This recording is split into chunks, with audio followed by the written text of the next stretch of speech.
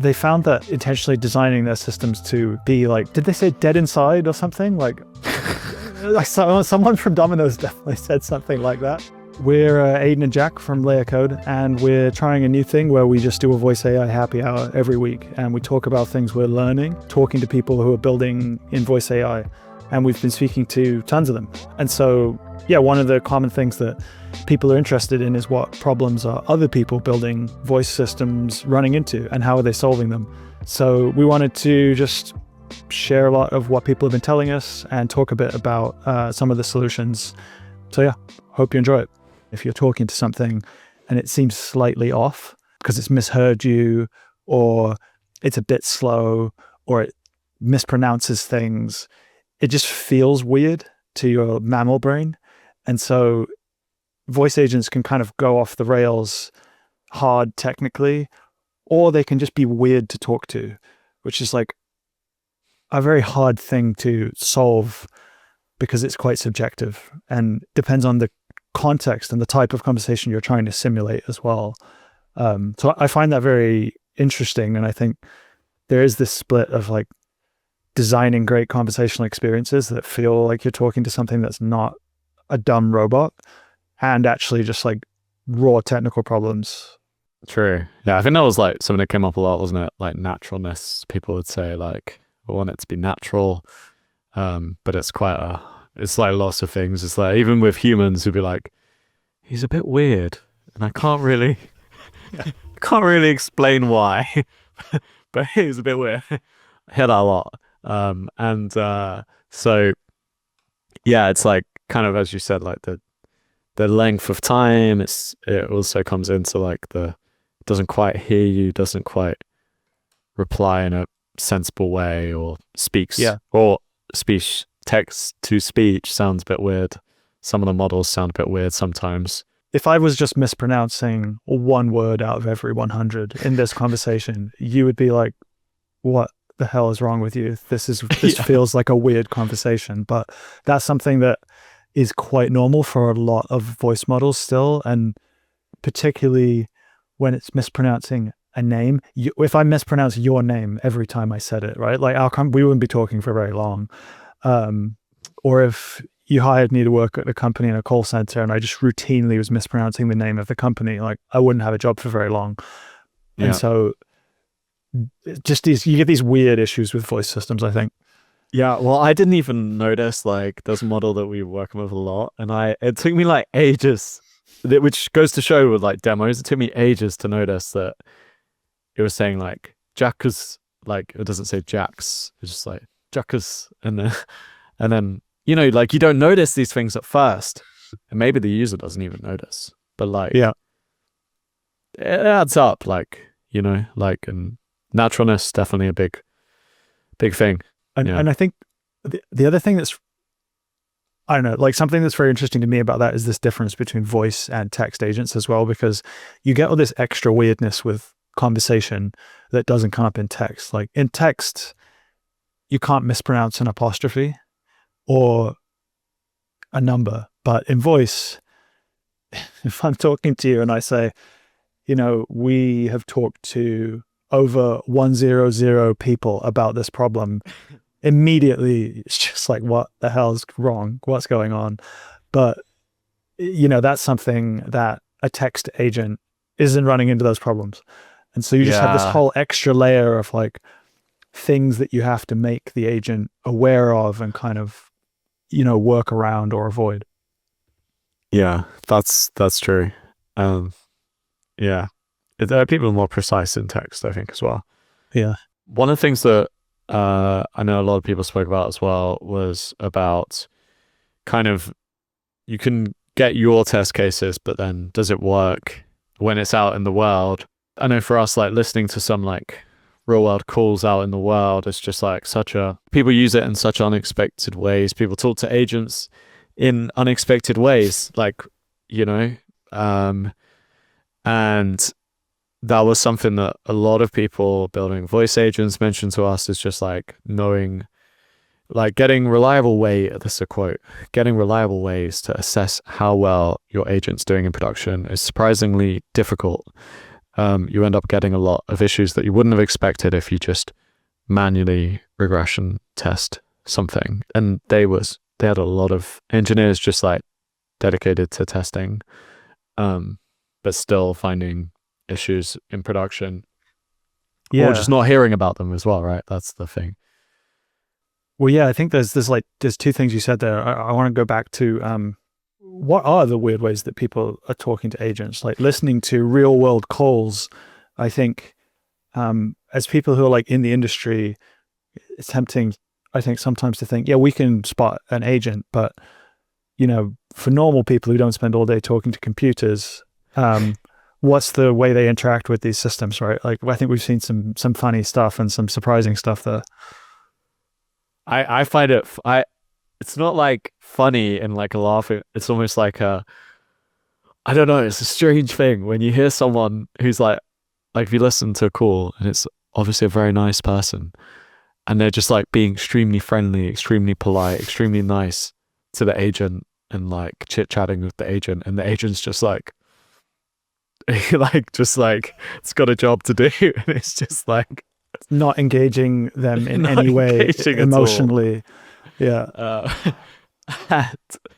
Like you hear that's kind of it's just like so to the point, and it's quite like one of the funnier ones. I guess it's not really funny, as you said, but it's like people trying to tell a joke to an agent and it just completely moves on to the next topic, and like it just is a weird conversation to listen to. But obviously people think they're talking to a human being on the end of a phone line, right? Like maybe this is a situation where they got a phone call from something and they answered the phone. They don't know they're talking to an AI. And so again, it's kind of coming back to these like kind of a user experience thing there as well. It's like yeah. But I think something else you said there is and this is a really important one. It's just like, how the hell do you test voice systems, right? Like we have obviously very standardized ways to test software and build software and make sure that it doesn't break when you start serving it to lots of people. There's a lot of decades of experience and best practice there, but voice systems are a bit different. And I guess it's like, why is that? It's quite interesting to dig into. And I think it's like the non-deterministic stuff, right? Like, and it's like 2 layers of non-determinism, or even more, maybe arguably 3 layers, where you've got like the speech to text model it is not 100% accurate, and then you've got the LLM that you try to get to do something. Sometimes like if you've got like an agent system, you've got like it's like many calls, and you've also got tools it's calling, which hopefully are deterministic. And then you've got the text to speech and all these things. It's just like, you know, even if you get 2%, 1% chance of these things going wrong added, if you're multiplying these together, then you end up like, it goes wrong quite a lot. And especially over the course of a phone call that could have like quite a few back and forths, it's like pretty high chance that you're going to run into an issue, which I think is where a lot of people have challenges. And obviously they try and make it, that's the other thing. It's probably like why a lot of these phone calls sound weird, is like, I guess because people try and narrow the possible things that can be done, because otherwise it's like, then it's more likely to succeed, but then it's like you lose that like fluidity of stuff. I don't know. I was going to say that word weird like does come up, and I think again, for anyone who's like using LLMs regularly, it's like they do weird shit, man. Like they're overconfident. They just sometimes go off the rails, like, you know, and the voice models do weird stuff as well. Like we said, like pronunciation. Sometimes they just mispronounce a word. Sometimes they make noises in between things. And like, you know, you combine those things together. I think that's a good point. Like you stack these things, and like the chance that something weird in this conversation happens increases a lot, especially if the conversation goes on for a long time. So I think it's like, I I can't remember who, I don't know if it's Damien or someone else, one of my friends, was like, or maybe it's just a famous person, saying like LLMs, when you're coding with them, it's like slot machine. You're just like, just keep putting stuff in, like, hey, no, there's this bug, can you just, and then you're like, okay, is it going to just give me the answer? Is it just going to work? And like, that's fine. It works really well for programming because it's like, you just have many attempts. Whereas like, I feel like a lot of these voice agent scenarios, like, it's kind of like one shot. It needs to one shot it. And you don't want to, like, you haven't got that many chips to keep putting in, and it's just people will just hang up the phone, right? Yeah. It's either if it gets something wrong, or if there's just like, I'm not enjoying this conversation, I'm talking to some weird person who's not laughing at my jokes. There's a lot of reasons people might hang up.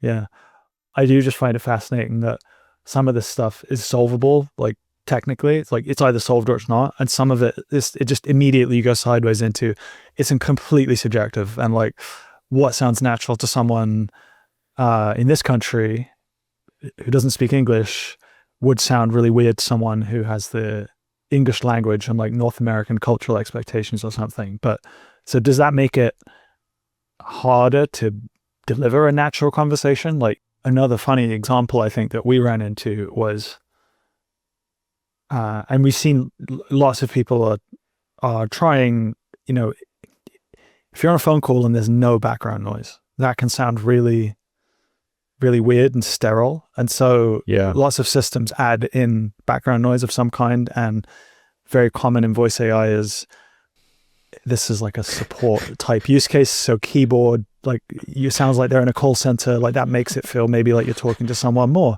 Didn't you say your motivation agent is in a call center? Yeah. So, I think one of the products I tried, the founder was experimenting with background noise, and the function of the product was like an accountability agent that calls you and tries to keep you motivated and accountable. But when he tried the call center background noise for that, it just felt really weird. It's like, why? This is like the human expectation. It's like, why is my motivation coach like working in a call center? And it turns that part of my brain on this, like, I'm talking to a support person, but he's trying to get me to like commit to a goal. And it just like that, I just felt like a weird conversation. Like, obviously that type of conversation sounding natural is very different to a conversation where actually the agent is trying to give me some support or help me with something. So I think it's that kind of nuance. And like, I don't know, I think I talked to you at the time, and it's like, what is the appropriate background noise for a coach? Is it like the woods? That would sound weird too. It's like, why is this person why are they in a rainforest calling me? It's like, this stuff's really kind of interesting to try and solve. Yeah. And I guess like people were like, maybe it's like not obvious always as well, like why like you even need a background noise and why it feels weird. I think part of it was like presence, right? People were saying that like they wanted to, if there was no background noise, people thought maybe the call got disconnected, and then they'd be like, hey, can you hear me? Can you hear me? Can you hear me? And then like, as soon as you start doing that, it all goes off the rails. Yeah. Yeah. And I think that one's like very common. I think that people take an LLM sideways, and then it's just like, you can't recover the conversation from that. Another one that I found really funny, and I think Domino's came out and said this publicly, of like they've been exploring voice AI agents to kind of take orders and complement, supplement, replace workers on the phone. But they had found, I can't remember exactly what they said, but they found that intentionally designing their systems to be like, did they say dead inside or something? Like, like someone from Domino's definitely said something like that was really surprising to hear. But I think what they were trying to say is like, people who are like really excited all the time is not who you want to order a pizza from, right? It's like overly cheery isn't what works, and their staff aren't overly cheery all the time on the phone. It's just like, that's not a reasonable expectation for people taking pizza orders. And so they needed to tune their systems to be way more reserved, and customers don't want to interact with people who are off-puttingly excited all the time. I thought that was quite a funny one, because it kind of goes in the other direction, but what actually makes sense for that type of conversation. Yeah. I mean, I think the ChatGPT voice is like just the using the app, like some of them I find super annoying, because I think it's just because they're like quite upbeat and stuff, and I'm like, I don't want you to be so enthusiastic about my question about like what's the weather or something. Like, I don't need it. I use that British one, and it sounds like a kind of discount Johnny Ive, like getting really excited to tell me about anything. And it's just like, sometimes I just have a lucid moment when I'm talking to it, like, again, this just feels weird, right? Like, why are you this excited to tell me some facts that I asked you? And it pulls you out of the conversation, or out of the being able to focus on it. I think something that we saw a lot of people say is like, for the B2B use cases, like onboarding customers is like quite hard. And I don't think many of the B2B, so when we say B2B, we're talking about like someone's building out of hours phone answering for like home services companies, like plumbers or whatever, and they're getting almost zero people. Basically zero people sign up. Like, zero plumbing businesses are signing up to out of hours calls companies and setting up their voice AI out of hours call answering on their own with no assistance. It's like everyone is doing this stuff manually that we spoke to, and it's like lots of hand holding, and it's lots of like integrations, and I think most of the people we spoke to is like 60-day plus average onboarding cycles with tons of email correspondences, and then people don't know, like a lot of the people they speak to don't know what CRM they're using, they don't know what, like, all this stuff, and then it's like you have to then figure that out and then like integrate with this random like CRM provider for like car valets in Texas or whatever, that's like this niche CRM business or something that no one had ever heard of. Yeah, it's like, so the technical integration piece is challenging, and when you get into like these narrow verticals where everyone uses this CRM just because it has some traction in that market, not because it's the best CRM necessarily, and definitely not because it has the best developer integration and experience to like plug into an AI system, but they have to get that working anyway. And I think they also said that like a lot of time their customers are intimidated by the new tech, like fear of misconfiguring the agents and all that sort of stuff. And yeah, they kind of, yeah. And it can have a critical impact on their business, right? Because an agent that answers just after hours calls and basically replaces an answering service, that's one thing. That's like a very common use case where voice AI systems are getting adoption. But an agent that answers the phone during business hours and interacts with customers, it comes back to the kind of transcription accuracy. It comes back to having a system that works. It's like, that's like having an employee who's like unhinged, working office hours, and like you're just trusting them with stuff, and they're going off the rails all over the place. It's like the business owner doesn't want that to happen. So they really want to get the system right before they feel they can trust it.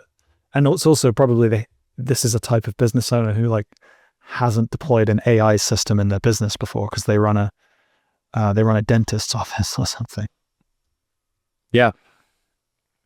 And it's critical, isn't it? It's like, yeah, if this cocks up, like your whole business is, he's not going to make any money if you can't book appointments, right?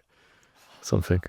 Yeah. And people might not call you again if they called to book you, and they could have gone with another local business, and the person who answered your phone was like you didn't know it was an AI, but it was weirdly enthusiastic and just couldn't help you. Like, you're going to file away like I'm not going to try and call that business again next time I need this.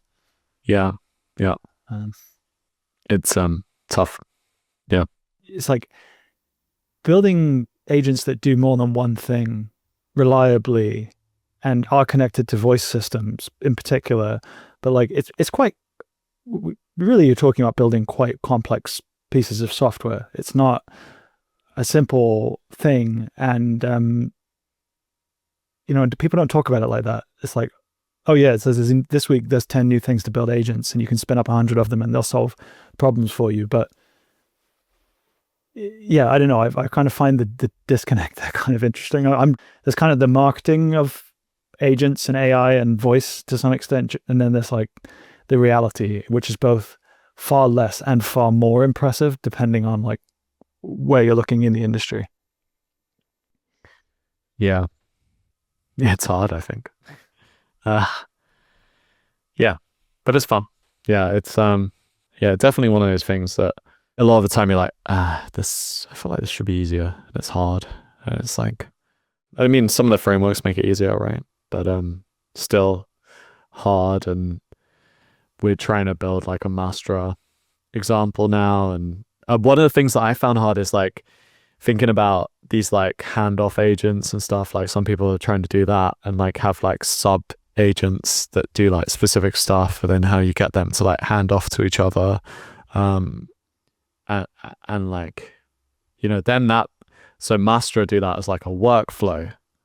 And I was thinking of it like it's like a ton of agents, but they're just like, could just be a workflow if it's like you kind of take people through a process, and then it's like from one agent to the next and stuff, and all so yeah. Oh, sorry. So I was gonna say, in that example, like you might have one agent that its entire job is like get this person's name and do that reliably, and then once it's done that, it hands off to another agent that has a different function for the next part of the conversation. Is that kind of what you mean? Yeah, maybe that next agent would like find a time for them and book an appointment. Because once you're on that stage, like a lot of people are, trying this way, but then connecting that up with like voice agent, just another layer of complexity to do it right.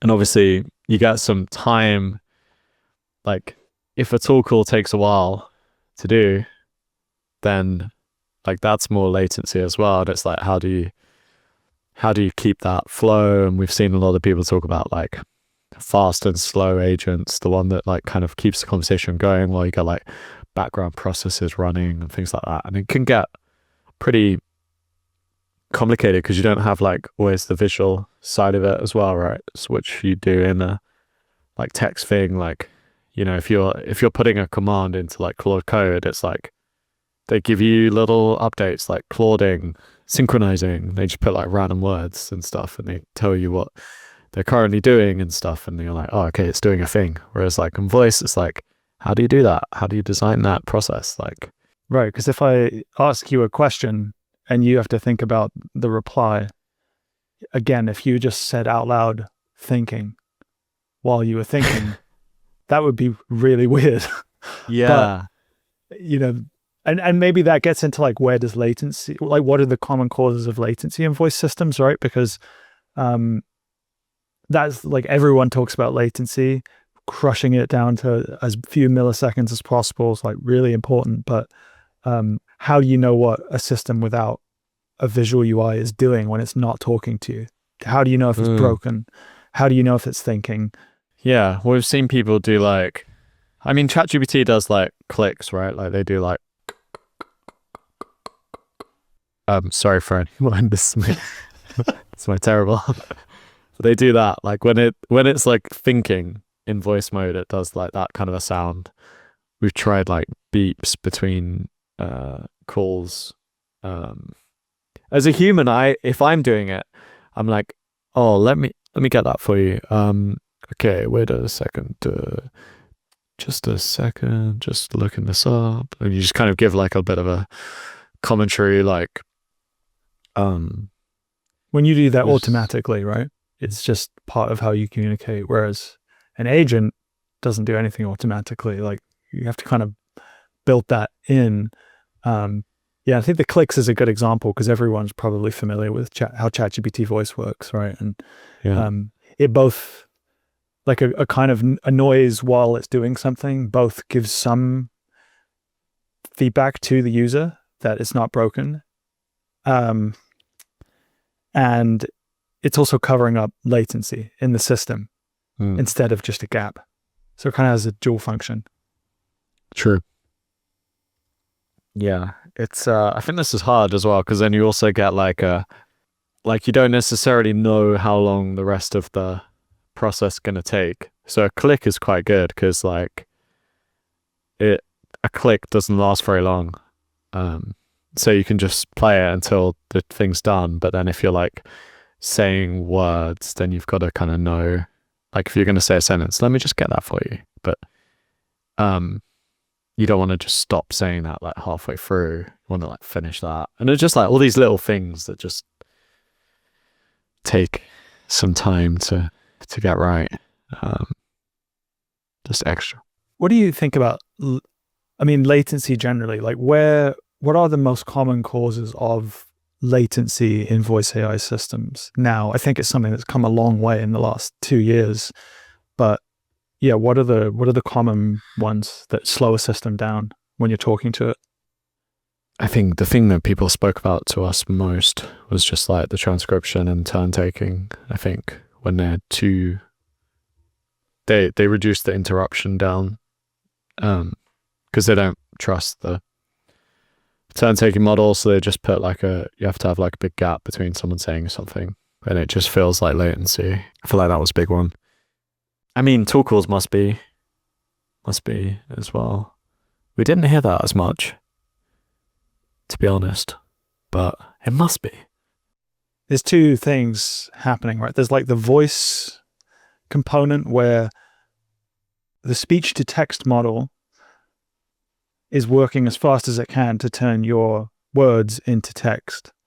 So there's potential for latency there. And then it's sending that text to the LLM backend that's kind of powering the brains. And then that might be doing one thing, it might be doing 20 things. It's like, as we just kind of talked about, there's like the complexity of what's happening on the back end is like, it's a piece of software that is trying to perform a function. But then once it's sent its text response back, there's also the text to speech model that's happening there. So that's another opportunity for latency. So there's kind of, at every conversational turn, there's multiple steps where new latency can be introduced. If one component slows down, the whole thing slows down. But to the user who's talking to it, all they experience is this thing's like, is this thing broken? What's going on? Why isn't it? And so, I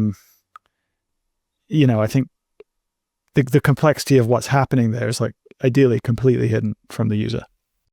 True.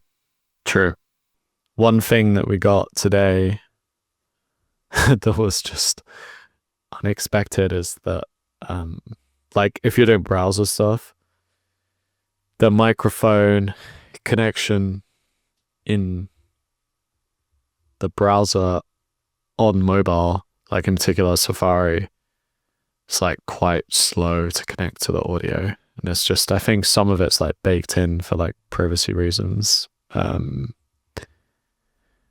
it's just, so I'm in the midst of digging into this, so it's not something that I know tons about at the moment, but I know that there's just lots of like random hidden stuff as well. It's just like when you're dealing with like browsers and probably also in telephony in other random things, but can say for sure in browsers there's stuff that just takes longer sometimes, and trying to get that consistent. Lots of fun things just from dealing with audio rather than just text. Would you say like voice systems are quite fragile, like even ones that work? Yeah, absolutely. Because they're just doing so much to try and simulate that they're not doing anything at all, and it's natural, right? Absolutely. It's hard. It's really hard. That's why it's fun. I think that's why like it's a fun time, and I think that from our perspective, it's very fun to be building something to try and help people with it, because it seems like there's lots of problems. There's lots of like proof of concepts right now. There's some few startups that are doing well, but there's not like, it's not clear that it's not easy to build good voice agents. I think everyone that's doing it well is probably doing tons of hacks and weird stuff, and which makes it fun, and it's always fun to hear about these hacks. I think in the next episode, we're going to talk about some of the hacks and cool stuff that we've heard people doing. But yeah, I think it's fun. It's very fun.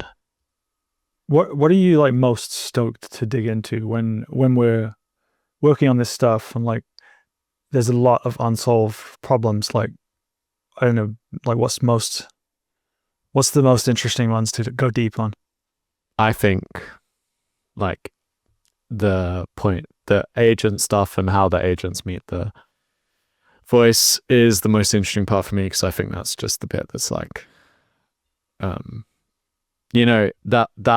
that has so many possible ways to solve it. And I think being someone that's, quite lazy, like this is why I like computers. It's like when the computer does stuff for you, it's just like, oh, this is amazing.